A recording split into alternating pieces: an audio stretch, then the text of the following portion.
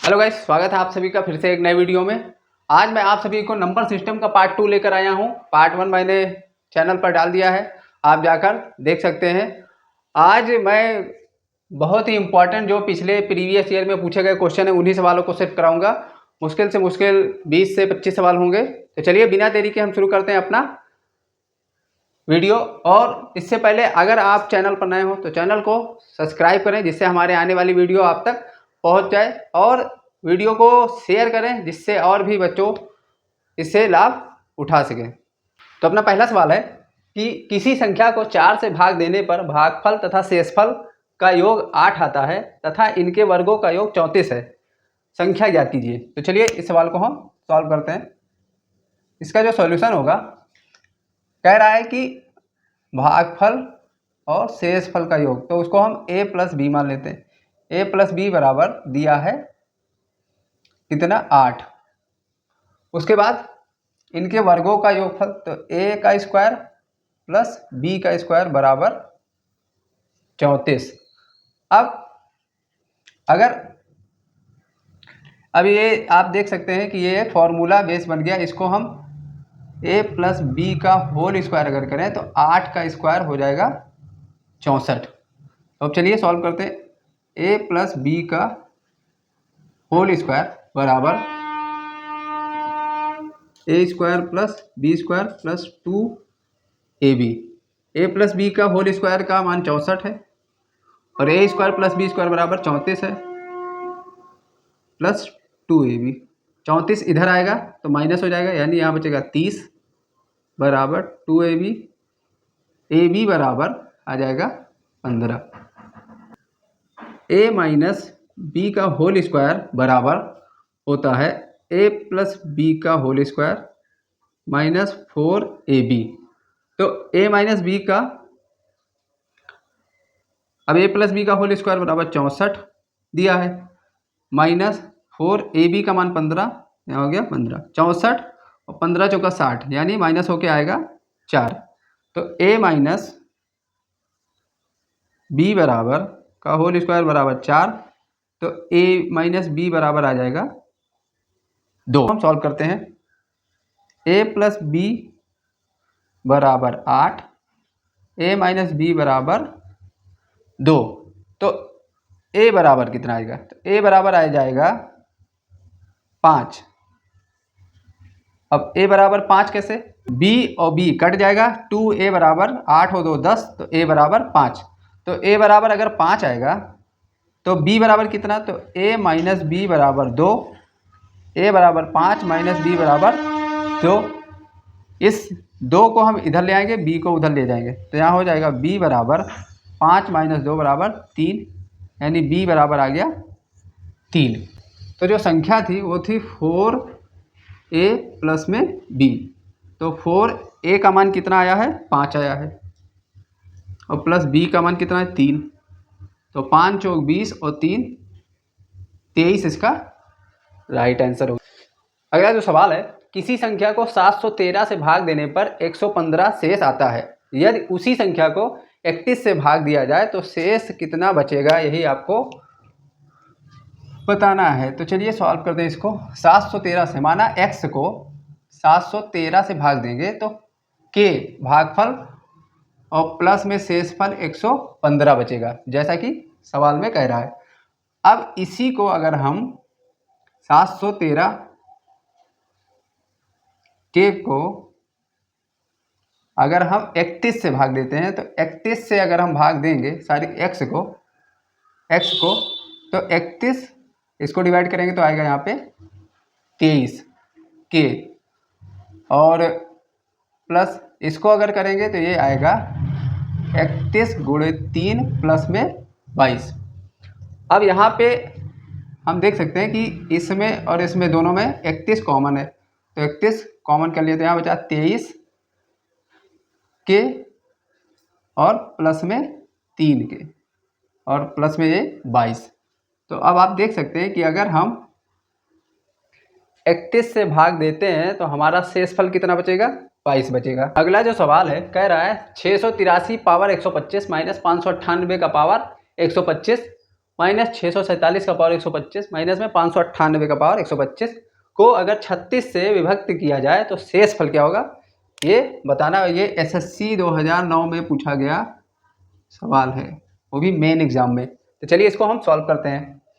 इसको सबसे पहले क्या करेंगे कि 683 पावर 125 माइनस 598 और यहाँ पे माइनस लगा है तो माइनस से इसको हम ब्रैकेट को ओपन करेंगे तो जहाँ प्लस है वहाँ माइनस हो जाएगा। 598 का पावर 125। अब यहाँ 598 प्लस माइनस कट जाएगा, बचेगा क्या, 683 का पावर 125 माइनस 647 का पावर 125।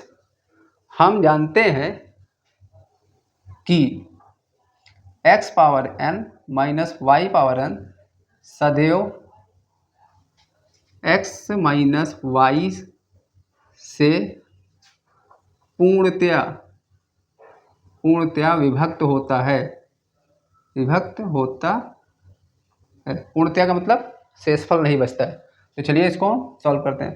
तो 683 माइनस 647 बराबर कितना आ जाएगा, 13 में से 7 गया 6 और 7 में से 4 गया 3, 36। तो यहाँ 36 से ही कह रहा था, तो 36 से पूरी तरह विभक्त हो जाएगा और शेष फल क्या बचेगा, शेष फल जो पूछा था वो बचेगा 0। अगला जो सवाल है कह रहा है कि 527 का पावर 379 प्लस 473 का पावर 379 तथा 527 का पावर 166 माइनस 473 का पावर 166 का सार व गुणनखंड ज्ञात कीजिए। एसएससी 2008 में पूछा गया है मेंस के एग्जाम में। चलिए इसको सॉल्व करते हैं। अगर वीडियो आप देख रहे हैं तो लाइक ज़रूर कीजिए और शेयर कीजिए, जिससे आपके दोस्तों के पास ही ये वीडियो पहुँचे और वो भी जहाँ जिस भी एग्ज़ाम की तैयारी कर रहे हैं वो अपना जारी रखें और कंप्लीट कर सकें। और जहाँ भी उनको कोई डाउट हो रहा हो या तो वो कमेंट में ज़रूर पूछिए आप। चलिए इसको हम सॉल्व करते हैं।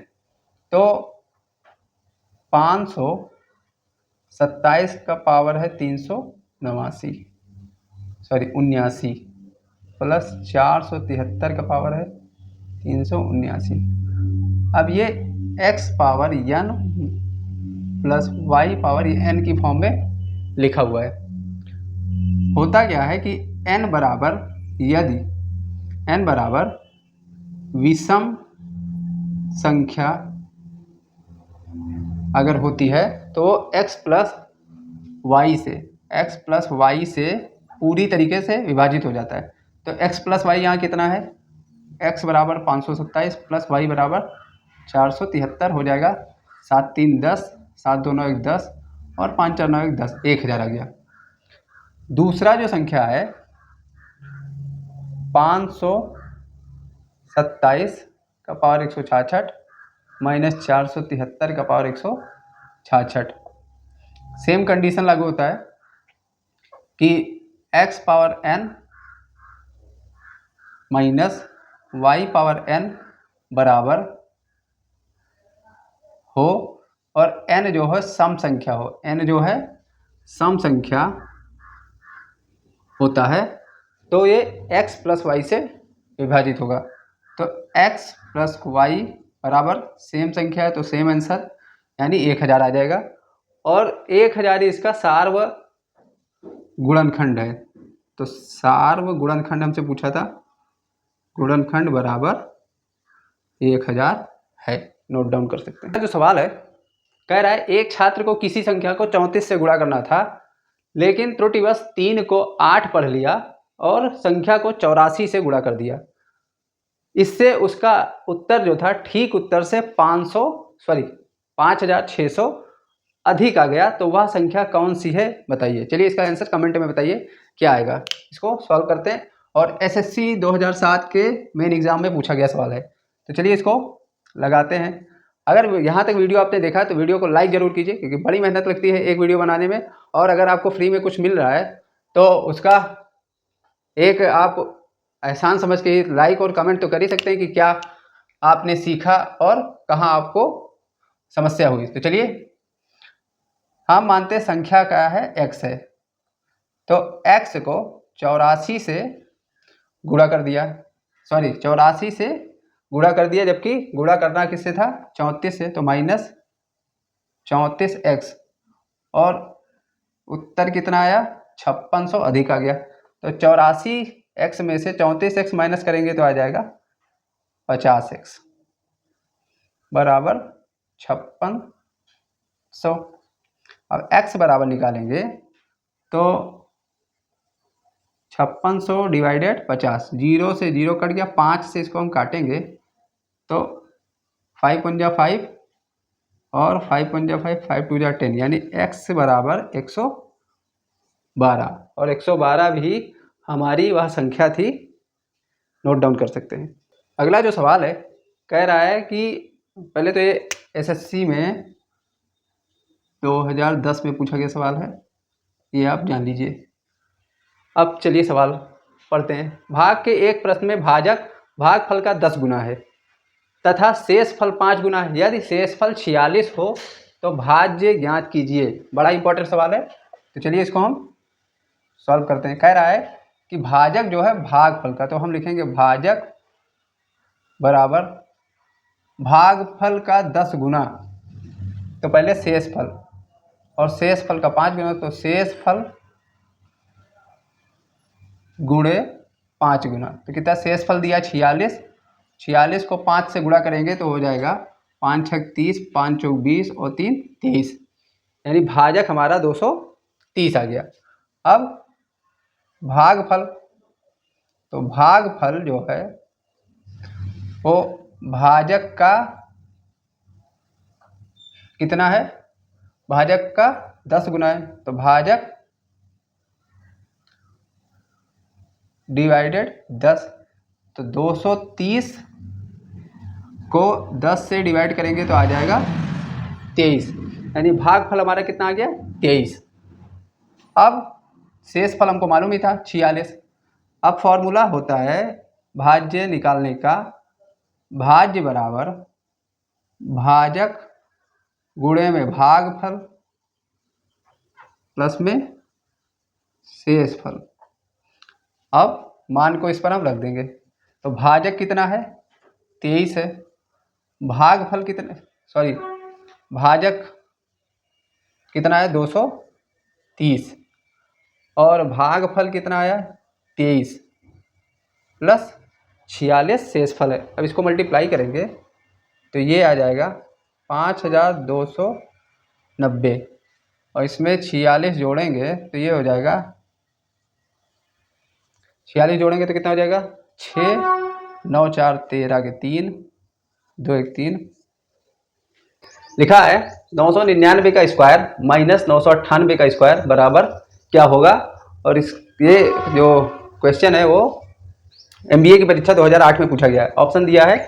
चलिए देखते हैं इसका आंसर, सबसे पहले कमेंट में कौन बताता है। चलिए इसको सॉल्व करते हैं। तो यहाँ पे लिखा है 998 और 999 का स्क्वायर, तो चलिए इसको सॉल्व करने के लिए 998 प्लस 999, ये ए स्क्वायर माइनस बी स्क्वायर के फॉर्मूले पे इसको हमको खोलना है। तो फॉर्मूला होता है ए प्लस बी और ए 998। अब क्या करेंगे, तो इन दोनों को जोड़ देंगे तो 8 9 17 के साथ 9 9 18 1 19 के 9 और 9 9 18 और 1 19, 997, और 999 में से 98 जाएगा तो बचेगा 1। अब 1997 को 1 से मल्टीप्लाई करेंगे तो 1997 आएगा, यही है answer. Option C is the right answer. वो है 106 गुणे 106 माइनस 94 गुणे 94 बराबर क्या होगा। ये रेलवे की परीक्षा 2006 में पूछा गया सवाल है, तो ऑप्शन दिया है, देखते हैं सबसे पहले कौन आंसर देता है। तो चलिए इसको सॉल्व करते हैं। 106 यहाँ 2 बार है तो हम लिख लेंगे 106 का होल स्क्वायर, माइनस 94 2 बार लिखा है तो लिखेंगे 94 का होल स्क्वायर। अब फिर से ये हमारा फॉर्मूले पे सेट हो गया, ए स्क्वायर माइनस बी स्क्वायर का फॉर्मूला लगेगा, तो 106 प्लस 94 यानी ए प्लस बी, और 106 माइनस 94 यानी ए माइनस बी। अब इन दोनों को जोड़ेंगे तो ये हो जाएगा 200 इंटू, और 106 में से 94 को माइनस करेंगे तो 6 में से 4 गया 2, और 10 में से 9 गया 1। इसके बाद 12 से 200 को गुणा करेंगे तो 12 दूना हो गया 24 और 2 0, यही हो गया आंसर। ऑप्शन फर्स्ट यानी ए सही है। अगर वीडियो अच्छी लग रही है तो वीडियो को लाइक करें, ज़्यादा से ज़्यादा शेयर करें और कमेंट करें जहाँ पे आपको नहीं समझ में आ रहा है। चलिए इसके बाद तीसरा क्वेश्चन।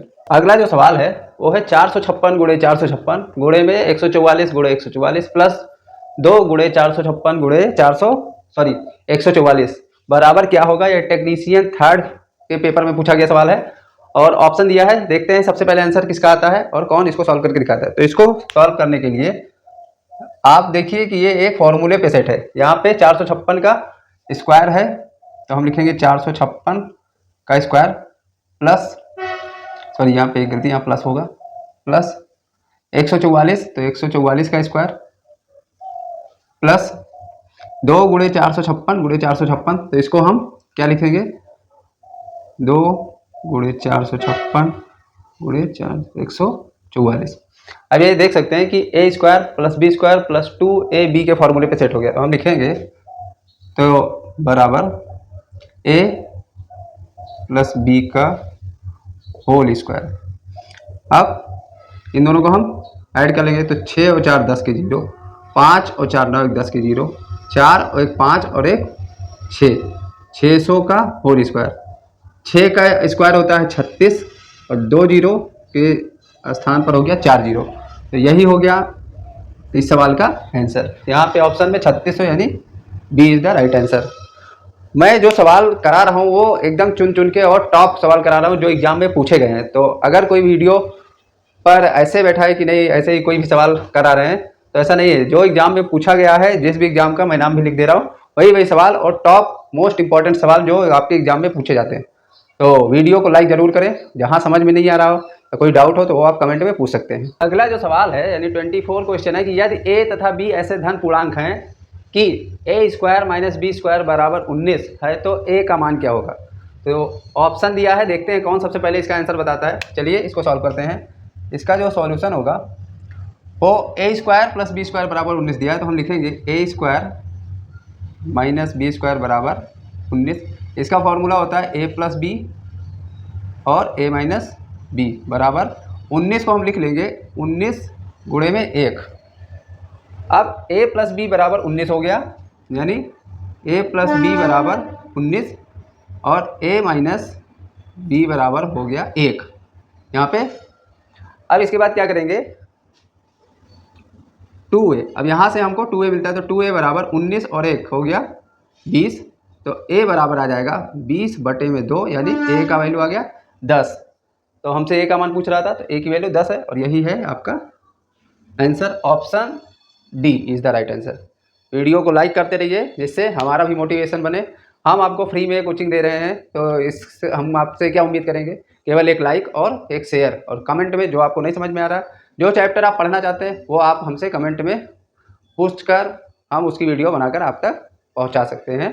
तो इसको ज़्यादा से ज़्यादा शेयर कीजिए और लाइक ज़रूर कीजिए। अगला जो सवाल है लिखा है 4 power 61 plus 4 power 62 plus 4 power 63 और 4 पावर 64 किससे विभाज्य है। एसएससी 2008 में पूछा गया सवाल है। ऑप्शन है, आप देखते हैं कि कौन इसका आंसर सबसे पहले दे पाता है। चलिए इसको सॉल्व करते हैं। तो इसका सॉल्यूशन होगा यहाँ पे 4 पावर 61 है तो 4 पावर 61 को हम सबसे पहले क्या कर लेंगे, कॉमन कर लेंगे। तो यहाँ पे बचेगा 1 प्लस यहाँ पे बचेगा 4, यहाँ पे बचेगा प्लस में 8 नहीं 4 का स्क्वायर 16 और यहाँ पे बचेगा 4 का क्यूब यानी 64। अब 4 पावर 61 को हम लिखेंगे 4 पावर 60 गुणे में 4 और ये इसको ऐड करें तो 64 और 16 हो गया 80, 80 और 5 85 तो ये भी हो गया गुणे में 85। अब 4 पावर 60 को ऐसे ही लिखा रहने देंगे, इसको मल्टीप्लाई करेंगे तो ये हो जाएगा 34 जीरो यानी 340। अब 340 यहाँ ऑप्शन में तो नहीं है तो ऑप्शन में जो संख्या है उसके अकॉर्डिंग इसको हम फैक्टर कर देंगे। तो इसको हम लिख देंगे 34 गुणे 10 यानी 10 से ये विभाज्य है तो हमारा राइट आंसर हो जाएगा बी। तो विभाज्य वाली संख्या 10 यही है आंसर। अगला जो सवाल है लिखा है कि यदि n एक सम संख्या है तो 6 पावर n-1 निम्नलिखित में से किससे पूर्णतया विभक्त होगा यानी पूरी तरह से विभाजित हो जाएगा। ऑप्शन दिया है 30 36 6 35। देखते हैं कौन इसका सबसे पहले आंसर देता है। एओ की परीक्षा 2010 में पूछा गया ये सवाल है। चलिए इसको हम सॉल्व करते हैं। तो इसको सॉल्व करने के लिए सबसे पहले हमें क्या करना पड़ेगा कि बोला है n एक सम संख्या है, तो n बराबर हम 2, सबसे पहले सम संख्या 2 से ही स्टार्ट होती है, तो n बराबर 2 लेकर देखते हैं। तो यहाँ पे लिखा है n बराबर 2, तो 6 पावर n माइनस 1, इसका मतलब 6 का पावर 2 माइनस 1, तो कितना हो गया 6 का पावर 2 यानी 36 में से एक गया 35, इसका आंसर आ गया 35। n बराबर अगर 4 हम लेते हैं तो 6 पावर 4 माइनस 1, तो इसको हम लिख सकते हैं 6 पावर 2 प्लस 1 एक ब्रैकेट में और 6 पावर 2 माइनस 1 एक ब्रैकेट में। ये ए स्क्वायर माइनस बी स्क्वायर के फॉर्मूले पे हमने इसको खोल दिया। अब 6 पावर 2 यानी 36 और 1 हो गया 37, और ये 36 माइनस 1 हो गया 35। तो आप देख सकते हैं अगर हम n बराबर 2 रखते हैं तो भी 35 आ रहा है, अगर n बराबर 4 रखते हैं तो भी इस फैक्टर में 35 आ रहा है, अगर n बराबर 6 रखेंगे तो भी हमारा 35 में ही फैक्टर आएगा। इसका मतलब ये है कि 35 ही वह संख्या है जिससे ये पूर्णतया विभक्त होगा। तो आपका जो आंसर है वो 35 इज द राइट आंसर। अगला जो सवाल है वो है 8,67,943 में 7 का स्थानीय मान व जातीय मान के अंतर का कितना होगा। MTS 2010 में पूछा गया सवाल है। चलिए देखते हैं इसका आंसर सबसे पहले कौन देता है। अब यहाँ पे अगर आपको वीडियो समझ में आ रहा है तो वीडियो को लाइक जरूर कीजिए, अगर आपको फ्री में कुछ मिल रहा है तो। चलिए देखते हैं 7 का स्थानीय मान, तो 7 का स्थानीय मान 7 कौन से स्थान पे है तो 1000 यानी इकाई, दहाई, सैकड़ा, हजार, हजार के स्थान पे है तो 7000 इसका स्थानीय मान हो गया। जातीय मान 7 का, तो 7 का जातीय मान 7 ही होगा 7। अब इसको माइनस करेंगे तो ये हो जाएगा 6993। अब 6993 सी ऑप्शन में है, तो C is the right answer. Note down कर लीजिए। वीडियो अगर अच्छी लग रही है तो वीडियो को शेयर जरूर कीजिए। अगला जो सवाल है रेलवे की परीक्षा 2006 में पूछा गया सवाल है और बड़ा ही अच्छा सवाल है। पूछा है यदि a तथा b दो वास्तविक संख्याएं ऐसी हो कि ab बराबर 0 हो तो आंसर क्या होगा। ऑप्शन दिया है a 0 तथा b नॉट 0, b 0 तथा a नॉट इक्वल 0, a 0 तथा b 0, या फिर a इक्वल 0 अथवा b इक्वल 0 अथवा a तथा b दोनों 0 हो। तो चलिए इसको सॉल्व करते हैं। यदि ए बी बराबर 0 दिया है कंडीशन में, तो हम क्या करेंगे a बराबर कोई संख्या लेंगे, मान लीजिए 3 ले लिए और b का मान रख दिए 0, तब भी इसका आंसर 0 आएगा। अगर हम a का मान 0 लेते हैं और b का मान 3 लेते हैं तब भी इसका मान 0 आएगा। यदि हम a और b दोनों को 0 लेते हैं तब भी इसका मान 0 आएगा। यानी तीनों कंडीशन में आप देख रहे हैं कि जो बराबर वैल्यू आ रही है वो 0 ही आ रही है ए बी की। तो यहाँ पे हमारा जो आंसर सही हो जाएगा वो डी हो जाएगा। यानी अगर a 0 रखते हैं तो भी 0 आएगा, b का मान 0 रखते हैं तो भी a b का मान 0 आएगा, अगर दोनों 0 रखते हैं तो भी 0 ही आएगा। नोट डाउन कर लीजिए। अगला जो सवाल है 29 क्वेश्चन है कि सबसे छोटी अभाज्य संख्या कौन सी है। बड़ा ही आसान सवाल है। तो सबसे छोटी अभाज्य संख्या आप जानते ही हैं कि 2 है, क्योंकि 2 ही वह संख्या है जो ना तो किसी से डिवाइड हो सकती है और ना ही इसका कोई फैक्टर है, तो इसका आंसर 2 है। अगला 30 क्वेश्चन है 70 से छोटी अभाज्य संख्याएं कितनी है। ऑप्शन दिया है, देखते हैं कौन आंसर देता है इसका। सबसे पहले अभाज्य संख्या 2, 2 के बाद 3, 3 के बाद 5, 7, 11, 11 के बाद 13, 13 के बाद आता है 17, 17 के बाद 19, 19 के बाद 23, 23 के बाद आता है 29, 29 के बाद 31, 31 के बाद 37, 37 के बाद 37 के आगे 41, 41 के बाद 43, 43 के बाद 47, 47 के बाद आगे संख्या आती है 47 के बाद फिर 53, 53, 53 के बाद फिर 62 और 62 के आगे आता है 61, 61 के बाद 67। ये है अभाज्य संख्या। इसको हम काउंट करते हैं तो कितनी हो जाएगी 1 2 3 4 5 6 7 8 9 10 11 12 13 14 15 16 17 18 19, यानी इनकी जो टोटल संख्या है वो 19 है, बराबर 19। इसको आप याद रख लीजिए कि 1 से 100 तक अभाज्य संख्या तो आपको आनी ही चाहिए, ये आप मुँह जवानी रख लीजिए। अगला सवाल है पार्ट 3 में मैं 15 क्वेश्चन कराऊंगा, क्योंकि लास्ट के जो क्वेश्चन है वो थोड़े छोटे छोटे हैं लेकिन इंपॉर्टेंट है, तो इसमें मैं 5 क्वेश्चन बढ़ा के कराऊंगा। तो आप वीडियो को बीच में छोड़ के मत भागिएगा, पूरा अंत तक जरूर देखिएगा।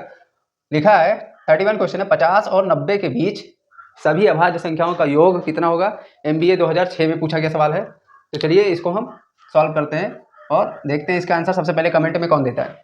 50 के बाद आता है 53 और प्लस 57, प्लस में 61, प्लस में 67, 67 के बाद जो आगे संख्या आती है वो आती है 71, 71 के बाद आता है 93 और 89 तो हम जोड़ेंगे सारे को, तो इसका जो आंसर आएगा वो आएगा 635 यानी D is the right answer. अगला जो क्वेश्चन है यानी 32 लिखा है प्राकृतिक संख्या n के लिए n³ - n सर्वदा किस बड़ी से बड़ी संख्या से विभक्त होगा। ऑप्शन दिया है, चलिए इसको हम सॉल्व करते हैं, यानी हमेशा किस संख्या से विभक्त होगा। तो हम इसको सॉल्व करते हैं। इसका जो सॉल्यूशन होगा वो n³ - n को हम लिख लेंगे, n यहाँ दोनों जगह है तो n कॉमन करके इसको लिख देंगे n² - 1। इसको आगे सॉल्व करेंगे तो ये हो जाएगा n, और ये a² - b² के फार्मूले पे तो n+1 और n - 1, ये हो गया कंप्लीट। अब हम n की वैल्यू रखेंगे, तो n की वैल्यू अगर हम 1 रखते हैं तो अगर यहाँ 1 हो जाएगा तो यहाँ तो 1 और 1 2, और 1 में से एक जाएगा 0, तो 0 का मल्टीप्लाई सब में होगा, तो यानी n बराबर 1 रखने पर आंसर क्या आएगा 0 आएगा।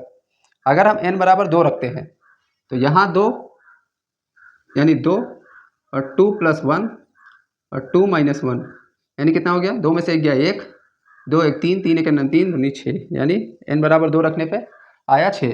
n बराबर अगर 3 रखते हैं तो 3 रखने पर कितना आएगा 3, 3 + 1 और 3 - 1, तो 3 - 1 हो गया 2, और 3 और 1 4, तो 4 दूनी 8 और 8 त्रिक 24, यानी यहाँ भी 6 × 4, 6 चौक 24। n बराबर अगर हम 4 रखते हैं तो 4 रख के देखते क्या आएगा 4, और 4 + 1 और 4 - 1, तो 4 - 1 हो जाएगा 3, 4 + 1 5, तो 3 × 5 और फिर 4, तो 3 × 5 15 और चौका 60, यानी इसका आंसर भी आ जाएगा 6 × 10।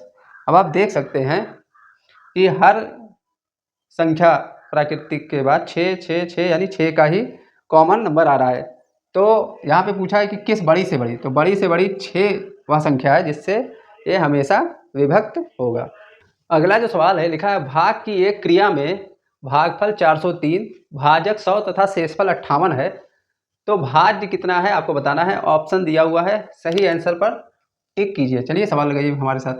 तो इसका फॉर्मूला होता है भाज्य बराबर भाजक गुणे में भागफल और प्लस में शेषफल। अब भाज्य आपसे पूछा है तो भाज्य को तो हम ऐसे ही लिखे रहेंगे, भाज्य बराबर भाजक दिया हुआ है 100, भागफल दिया हुआ है 403 प्लस शेषफल दिया है 58। इसको हम 100 से मल्टीप्लाई करेंगे तो ये हो जाएगा 403 के पीछे 2 0 और प्लस में 58, इसको ऐड करेंगे तो ये हो जाएगा 40 358, यही हो जाएगा आंसर। यहाँ पे D is the right answer. इसके बाद अगला जो सवाल है संख्या 1 2 3 4 98 99 100 को परस्पर गुणा किया जाता है, तो गुणनफल के दाईं ओर अंत में शून्यों की संख्या कितनी होगी ये बताना है, और एसएससी 2009 में पूछा गया सवाल है। चलिए इसको सॉल्व करते हैं। तो यहाँ पे देखते हैं सबसे पहले इसका आंसर कौन कमेंट बॉक्स में देता है। यहाँ पे 1 से 10 तक की संख्या को अगर गुणा कीजिए तो शून्यों की संख्या आती है 2। उसी प्रकार अगर 11 से 20 तक करेंगे तो भी 2 आएगा, फिर 21 से 30 तक करेंगे तो भी 2 आएगा। इसी प्रकार हम अगर 81 से 90 तक करेंगे तो 2 आएगा, लेकिन अगर हम 91 से 100 को गुणा करते हैं तो शून्यों की संख्या 3 आती है। तो चलिए हम तो यहाँ से 1 2 3 और इसके बीच में 9 बार ऐसे हुआ है, तो हम 9 बार शून्यों की संख्या कितनी आएगी 2 आएगी, तो 9 का गुणा 3 से। उसके बाद 1 में खाली 91 से 100 को अगर हम गुणा करेंगे तो 3 आएगा, तो +3, यानी टोटल संख्या 9 दूनी 18 और 3 हो गया 21, यानी कुल शून्यों की संख्या कितनी हो गई 21। तो 21 इज द राइट आंसर।